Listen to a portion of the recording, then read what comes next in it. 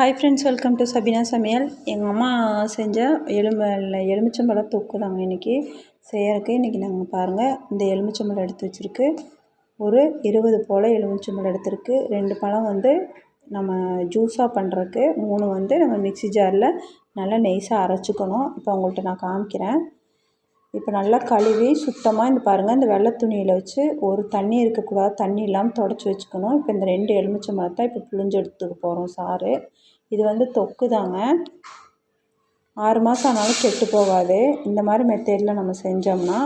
இப்போ பாருங்கள், இந்த 2 லெமன் எடுத்து வச்சுருக்கதை இதில் புழிஞ்சிக்கலாம். தனியாக புழிஞ்சு சாறு எடுத்துக்கணும் அந்த 2 எலுமிச்சம்பழத்தை. மீதி 3 நம்ம மிக்ஸி ஜாரில் குட்டி குட்டியாக போட்டு அரைச்சி அந்த கொட்டையை மட்டும் எடுத்துகிட்டு பாருங்கள், இப்போ 2 புழிஞ்சாச்சு. மீதி 3 எடுத்து வச்சுருக்க எலுமிச்சம்பழத்தை இந்த மாதிரி துண்டு துண்டாக கட் பண்ணி கொட்டையை மட்டும் எடுத்துகிட்டு நம்ம மிக்ஸி ஜாரில் போட்டு நல்லா தோலோட ஒரு மாதிரி கொருன்னு அரைச்சி எடுத்துக்கணுங்க. இதே மாதிரி கட் பண்ணிக்கணும் 3ஐயும். பாருங்கள், கட் பண்ணி இப்போ மிக்ஸி ஜாரில் போட்டுக்கிறோம். போட்டுட்டு அதையை நம்ம நல்லா கொருன்னு அந்த தோலோடு சேர்த்து அரைச்சிக்கணும்.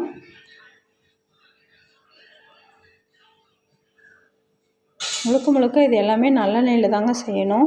நல்லெண்ணெயில் செஞ்சால் மட்டும்தான் இந்த தொக்கு நல்லா நம்ம நல்லா ஊற நல்லா நம்ம டேஸ்ட்டு கொடுக்கும். இப்போ பாருங்கள், மீதி இருக்க அந்த 15 எலுமிச்சம்பழத்தை நான் ரெண்டாக கட் பண்ணிட்டேன். ஒரு எலுமிச்சம்பழத்தை 4ஆக கட் பண்ணி ஒரு பாத்திரத்தில் எடுத்து வச்சாச்சு. ஜூஸும் இங்கே தனியாக எடுத்தாச்சு. இப்போ நம்ம அரைச்சது பார்த்திங்களா, மிக்ஸி ஜாரில் அரைச்சிட்டு வந்தது, அதே மாதிரி பாருங்கள் பொருன்னு இப்படி அரைச்சி இப்படி எடுத்துக்கணும். இதை கைப்படாமல் ஒரு பாத்திரத்தில் போட்டு நல்லா இந்த அரைச்சது முதல் கல்லுப்பு கொஞ்சம் போட்டுக்கணும். கல்லுப்பு நல்லா உதிரி விட்டுட்டு இப்போ நம்ம புழிஞ்சு வச்சா அந்த லெமன் தண்ணியை அதில் ஊற்றிக்கலாம். அரைச்சிருக்கோம் பார்த்திங்களா அந்த மிக்ஸி ஜாரில், அதையும் அதில் போட்டு நல்லா கை விடாமல் நல்லெண்ணெய் மட்டும்தான் ஊற்றணும். நல்லெண்ணெய் ஊற்றி நல்லா ஊற வச்சுக்கணும். மொத்தமாகவே இதுக்கு ஒரு 250 1/4 லிட்டர் நல்லெண்ணெய் வேணும் மொத்தமாக இது தொக்கு செய்கிறதுக்கு. இப்போ ஒரு 100 கிராம் எண்ணெயை இப்போ நல்லா ஊற்றி அந்த எண்ணெயோடையே பாருங்கள் இப்போ நல்லா மிக்ஸ் பண்ணி விட்டுக்கணும். உப்பு, அந்த நம்ம ஜூஸ் எடுத்தோம் இல்லைங்களா எலுமிச்சம்பழத்தில், அது அப்புறம் எலுமிச்சம்பழத்தை அரைச்சி போட்டது எல்லாமே இப்போ போட்டு கைப்படாமல் நல்லா பக்குவமாக மூடி நம்ம ஒரு வாரத்துக்கு இது அப்படியே இருக்கணும். இது ஒரு வாரத்துக்கு எதுக்கு நம்ம வைக்கிறோன்னு பார்த்திங்கன்னா, மேலே இருக்க அந்த தோலெல்லாம் ஃபுல்லாக அப்படியே வாடி நம்மளுக்கு நல்லா ஊறி வரும். அந்த எண்ணெயிலேயே நல்லெண்ணெயிலேயே ஃபுல்லாக நம்மளுக்கு ஊறி வரும். அதனால தான் இப்போ ஊற வைக்கிறதுக்கு வேண்டி எடுத்து வச்சுருக்கு. இப்போ பாருங்கள் ஃப்ரெண்ட்ஸ், இப்போ நல்லா ஊறிடுச்சு. இப்போ பாருங்கள், தோல் பாருங்கள் எப்படி வாடி நல்லா ஊறி வந்திருக்குன்னு நம்மளுக்கு. இப்போ நம்ம தாளிச்சுக்கிறதுக்கு தான் இப்போ எடுத்திருக்கோம். பாருங்கள், ஒன்றுமே ஆகலை பாருங்கள், தண்ணியே இல்லை, வெறும் எண்ணெயிலேயே தான் ஊறி இருக்குது. வெயிலில் வச்சு எடுத்தோம் 3 நாளாக. கொஞ்சம் ஒரு 1 ஹவர் நல்லா வெயில் அடிக்கும் பார்த்திங்களா, அந்த டைமில் வச்சு எடுத்தோம். இப்போ நம்ம தாளிக்கிறதுக்கு என்னென்ன இப்போ நம்ம பொடி பண்ணுறதுக்கு என்னென்னு பார்த்துக்கலாம்.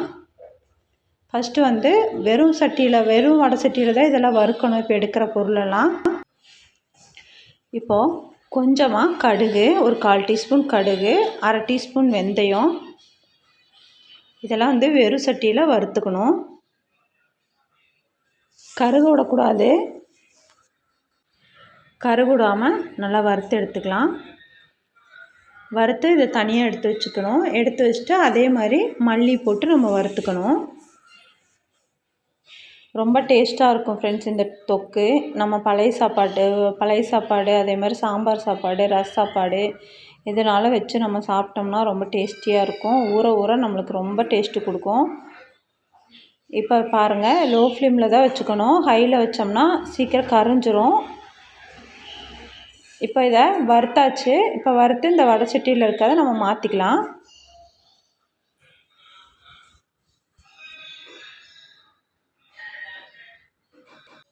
இப்போ நாங்கள் இது கொஞ்சமாக தான், இப்போ நான் உங்களுக்கு 1/2 கிலோவுக்கு தான் இன்றைக்கி நான் செஞ்சு காமிச்சிருக்கேன். ஏற்கனவே நாங்கள் எங்கள் அம்மா ஆல்ரெடி எல்லாத்துக்கும் பண்ணி நாங்கள் கொடுத்துருக்கோம், சேலுக்கு கொடுத்துருக்கோம்.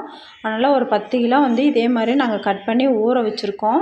அதையே நான் ஊறுகாய் போடும்போது இந்த மாதிரி தொக்கு செய்யும்போது நான் உங்கள்கிட்ட காமிக்கிறேன். நீங்களும் இதே மாதிரி ட்ரை பண்ணி பார்த்துட்டு எனக்கு கமெண்ட்டில் சொல்லுங்கள். இப்போ அதே இது வடைச்சட்டியில் இப்போ நம்ம மல்லி போட்டுக்கலாம். மல்லி போட்டு மல்லி கரையக்கூடாது, ஓரளவுக்கு பாருங்கள். இப்போ வறுத்து எடுத்தாச்சு. அடுத்தது 1 டீஸ்பூன் ஜீரகம், 1 டீஸ்பூன் சோம்பு, அதையும் அதே மாதிரி நம்ம வறுத்து எடுத்துக்கலாம். அப்புறம் ஒரு 4 கிராம்பு. இப்போ வரமிளகாவை வறுக்க போகிறோம். வரமிளகா வறுக்கிறதுக்கு நல்லெண்ணெய் மட்டும்தான் யூஸ் பண்ணணும்.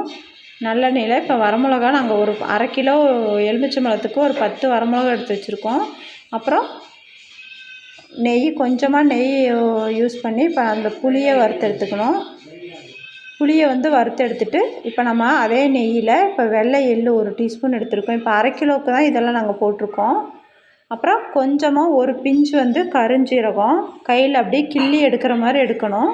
பெருங்காயம் இது ஏற்கனவே வறுத்து எடுத்து வச்சுருக்கோம், கட்டி பெருங்காயம். இப்போ இந்த பாருங்கள், இப்போ இந்த கருவேப்பிலை பொடியாக பண்ணி வச்சது இது சும்மா நசிச்சுக்கணும். இப்போ அதெல்லாம் பவுட்ரு பண்ணதெல்லாம் இப்போ நான் உங்கள்கிட்ட வறுத்து வச்சது தனியாக இருக்கட்டும். இப்போ இது 2 பச்சை மிளகா, கொஞ்சம் இஞ்சி, ஒரு பூண்டு, இதை நல்லா நசிச்சு எடுத்துக்க போகிறோம். இப்போ நம்ம கருவேப்பிலை பொடியில் கொஞ்சமாக உப்பு போட்டு இப்போ நல்லா வதக்கி வச்சுருக்கோம். வெறும் சட்டியில் வறுத்து வச்சுருக்கோம். இப்போ நம்ம அந்த வறுத்ததையெல்லாம் இப்போ ஒரு மிக்ஸி ஜாருக்கு மாற்றியாச்சு அரைக்கிறதுக்கு. நல்லா கொருன்னு பவுட்ரு பண்ணி இப்போ நம்ம எடுத்துக்கலாம். பாருங்கள், இந்த மாதிரி இருக்கணும். இப்போ பவுட்ரு பண்ணி எடுத்தாச்சு. இதை வேறு ஒரு பிளேட்டுக்கு மாற்றிக்கலாம். அப்புறம் அந்த புளியும் வரமிளகாவும் ஒரு மிக்ஸி ஜாருக்கு மாற்றியாச்சு. இது அரைக்கிறதுக்கு நல்லெண்ணெய் ஒரு 50 கிராம் ஊற்றி அரைச்சிக்கிறோம். பாருங்கள், நல்லெண்ணெய் ஊற்றியாச்சு. ஊற்றி இதை நல்லா நெய்ஸாக அரைச்சி எடுத்துக்கலாம். மிளகாவும் பாருங்கள் அரைச்சாச்சு. இப்போ நம்ம தாளிக்கிறது மட்டும்தான். தொக்குக்கு தேவையானதெல்லாம் நம்ம எடுத்தாச்சு. இப்போ இரும்பு சட்டி வச்சாச்சு. இப்போ 100 நல்லெண்ணெய் ஊற்றிருக்கோம். இப்போ நம்ம எடுத்து வச்சுருக்க அந்த பொருளெல்லாம் போட்டு இப்போ நம்ம நல்லா அதை அந்த தொக்கை இப்போ ரெடி பண்ணிக்க போகிறோம். கொஞ்சமாக இதுக்கு கடுகு,